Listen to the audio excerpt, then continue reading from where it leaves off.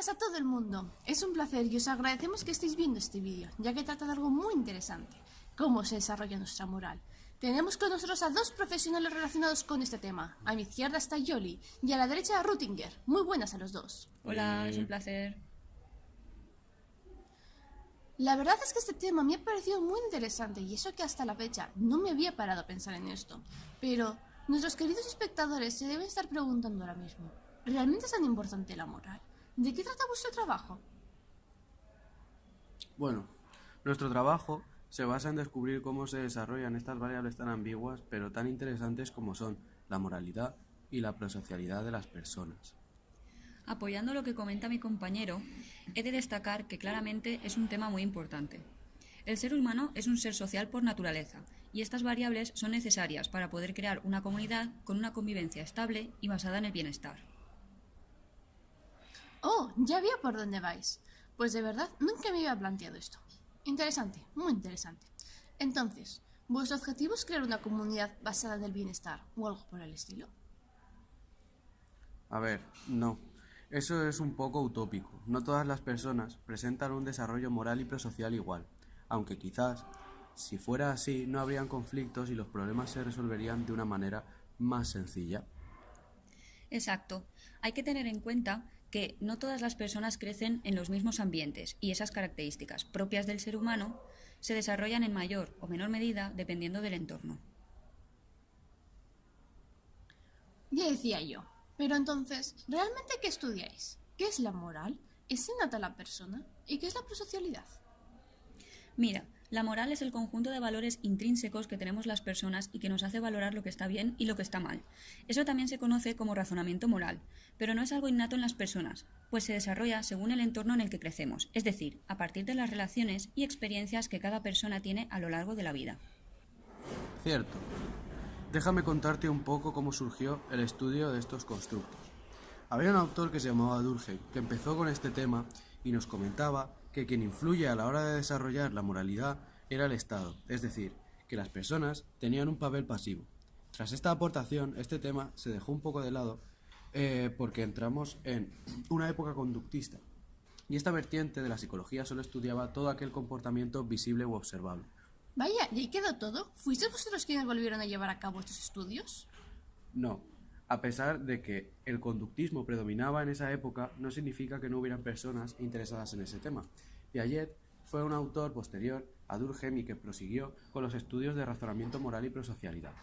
No estaba del todo de acuerdo con este autor, ya que decía que la parte de la moral era algo propio de la persona, interno, y que tienen predisposiciones morales desde que nacen y a partir de la interacción con los demás se van desarrollando. Como podemos ver en lo que acaba de expresar mi compañero, creemos que la persona tiene un papel activo y no pasivo como planteaba Durkheim. Efectivamente.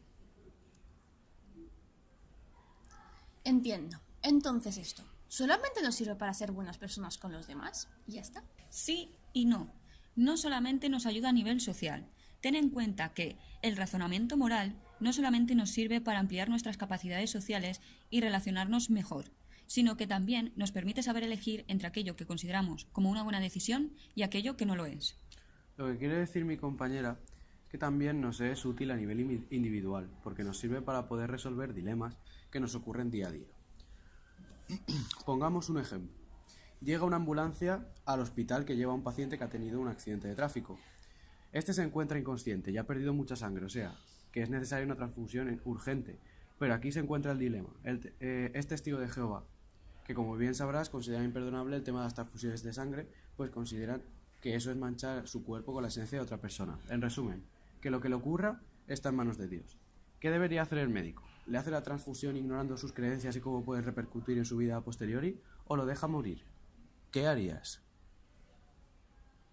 ¡Guau! ¡Qué situación más difícil de resolver! Claro, si soy egoísta y quiero salvarle la vida independientemente de lo que opine el paciente, estaré en cierto modo deshonrándole.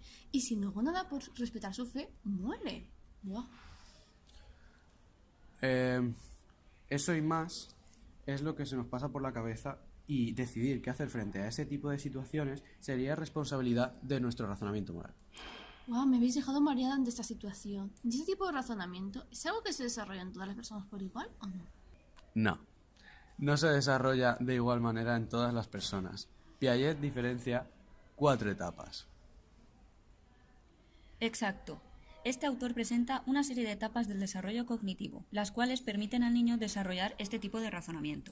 Piaget fue un autor instruido en las enseñanzas conductistas, pero él miraba más allá. Se centró en un tema que Durkheim ya trabajó, que es el desarrollo cognitivo, razonamiento moral y prosocialidad. Piaget estudió en base al juego de los niños, ya que consideraba que la interacción era muy importante para el desarrollo de estas habilidades cognitivas. A raíz de esto planteó una serie de etapas del desarrollo infantil. Por un lado, tenemos la etapa sensoriomotora, que abarca hasta los 2 años y en la que podemos encontrar las interacciones que tiene el niño con diversos objetos, reconocimiento del medio y pensamiento representacional. Luego está la etapa preoperacional, que abarca desde los 2 años hasta los 7, donde vemos cómo el niño presenta un habla egocéntrica. Y ante dilemas como ¿qué pesa más, 1 kilo de paja o 1 kilo de hierro?, su respuesta es decantarse por el hierro, cuando en realidad pesan lo mismo. También ven como diferente un mismo dibujo en diferentes perspectivas. Luego tenemos la etapa de operaciones concretas, que abarca desde los 7 años a los 11 y se caracteriza porque los niños ya son capaces de realizar ciertas operaciones concretas, pero que no llegan a una complejidad muy alta, como podría ser hacer una suma. También está la adopción de otros puntos de vista, resolución de problemas que requieren atención bidimensional, etc. Según Piaget, para que una persona empiece a desarrollar su razonamiento moral, es necesario que llegue a esta etapa. Por último, encontramos la etapa de las operaciones formales, que abarca desde los 11 años hacia adelante. En esta etapa vemos cómo el niño ya es capaz de plantearse el mismo tipo de dilemas relacionados con el mundo exterior y plantear qué puede ocurrir si realiza una acción u otra. Además, también se aprecia el desarrollo de la metacognición. Como vemos, Piaget tiene una teoría sobre el tema que tratamos en base al desarrollo cognitivo del niño, pero hay otra teoría que critica en cierto modo a Piaget, que es el que conocemos como los profesionales del procesamiento de la información, cuya crítica es que Piaget encasilla en demasía el desarrollo del niño y hay que ser más flexibles, ya que hay que tener en cuenta las diferencias individuales.